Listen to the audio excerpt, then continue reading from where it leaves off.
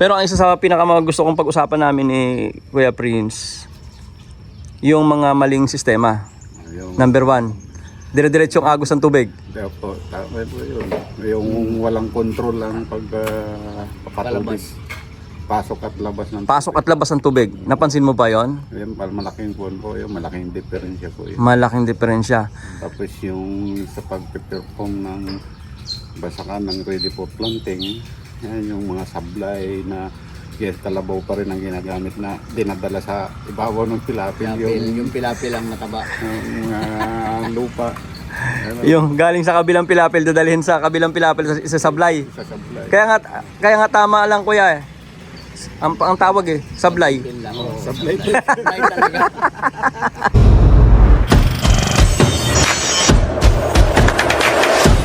Hello mga ka-great, magandang morning po. Si Kuya Eddie de Guzman, naglalakad-lakad ako dito, nakilala ko.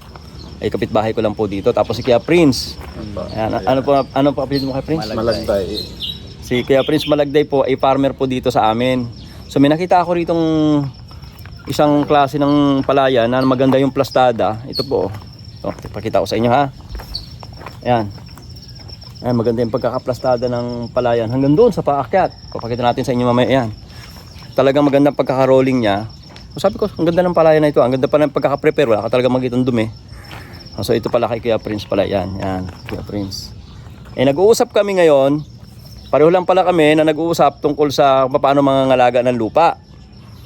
Ito pala si Kuya Prince is very eager siya na alagaan talaga yung lupa. Kasi napansin mo Kuya Prince, kapag hindi inalagaan, ano nangyayari? Matakaw sa abono. Matakaw sa abono, mahina ang ani. Yun. So dito sa atin, mga ilan na abono nagagamit natin dito?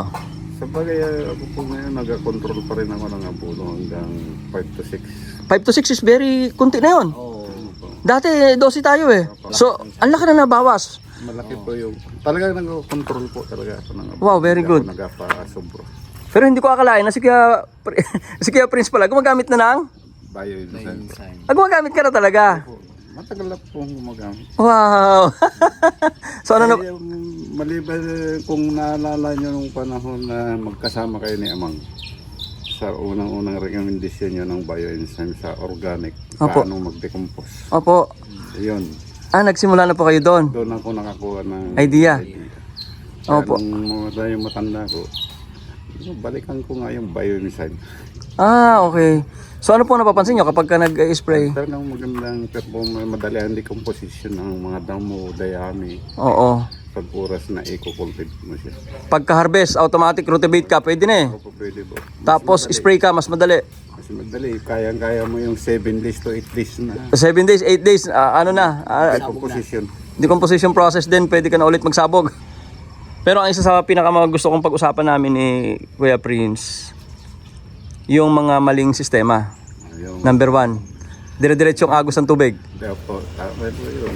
Yung walang control lang pag pakatubig.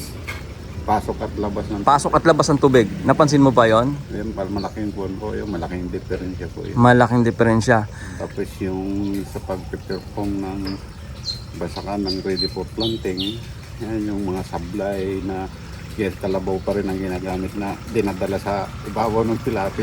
Yung pilapil ang mataba. Mga lupa. Yung galing sa kabilang pilapil, dadalhin sa kabilang pilapil sa sablay. Sa sablay. Kaya nga tama lang kuya eh. Ang tawag eh, sablay. Sablay. Sablay talaga. Sablay talaga. Kaya ang nangyari, mataba ang damo sa pilapil, mahina ang palay. Ganda ng palaya nila oh. Ay, ilang araw na po to? May 2 araw na nakasabog. Opo. Ilang araw na po? 2 days na po yun. 2 days. Sakto sinabi ko, 2 days. 2 days na nakasabugan. So, tamang-tama, maganda. Walang tubig, walang ano. Napakalinis. Kompleto ka kasi ng makinarya eh. After 7 days, bakit? Spray ng Ano pong ini-spray mo?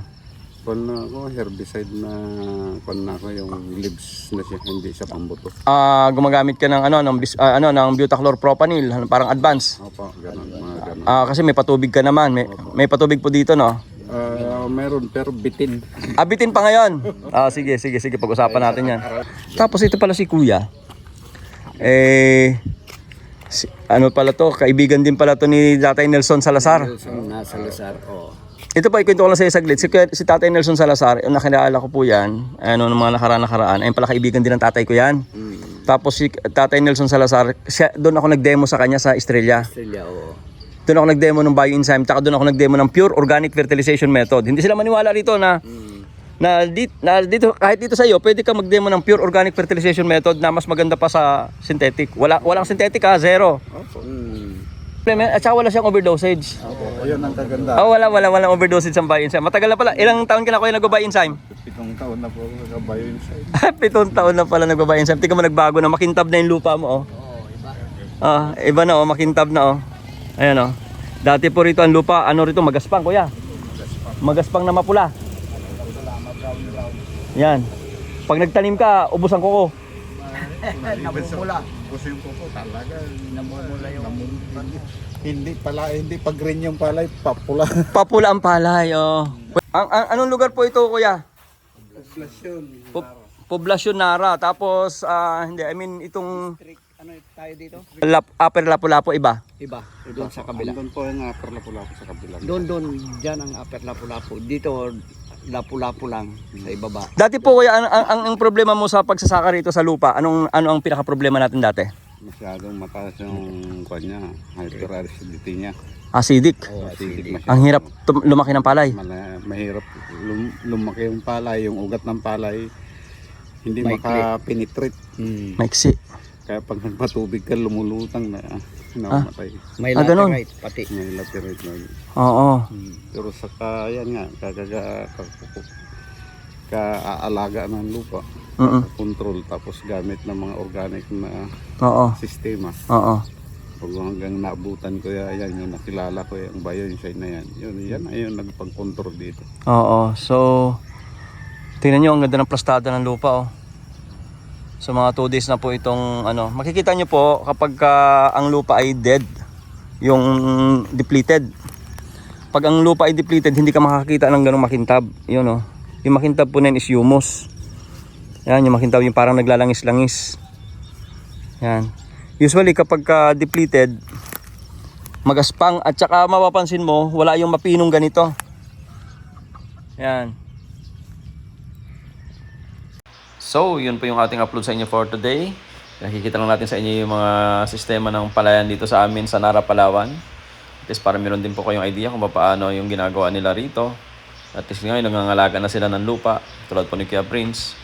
So, masaya tayo na nagbabalita po sa inyo na marami na po palang mga farmer talaga ang natututo ng pangalagaan ng lupa. So, thank you very much mga karid. Nagtatandaan sa ating muntin channel, Agri TV Farmers ang Bida.